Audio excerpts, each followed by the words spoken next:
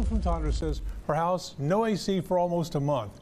1 month. She's been living outside the house. She can't live in it. She says her insurance company is giving her the runaround.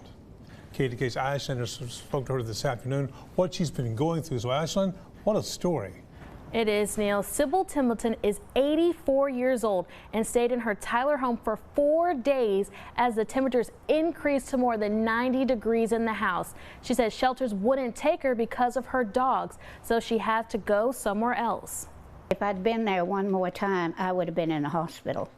There was just no relief. As triple-digit temperatures continue, the last hurdle anyone wants to face is the AC going out. Over the course of 4 days, this nightmare turned into a reality for 84-year-old retired teacher Sybil Templeton. I got some Ziploc bags and filled them full of ice, and I put one right here and one behind my head, and I was sitting in my bed and I was knitting and whatever, you know, and when her dear friend Chad actually heard that shelters wouldn't take her and her 3 dogs in, he went and told her to pack a bag and bring everyone. When I went and picked her up, she could barely walk. She was dehydrated. It hurt me to see her like that. When you take a look at how hot the house is, the red dot is over the 90-degree mark at the peak of the day. Can you imagine staying in your home for 4 days at that degree? Well, we talked to the insurance company, and they tried calling them, and they couldn't get through either. Well, this went on and on and on and on for, what, 3 weeks. Mrs. Templeton says her history with American Home Shield has been fine until now. This is murder.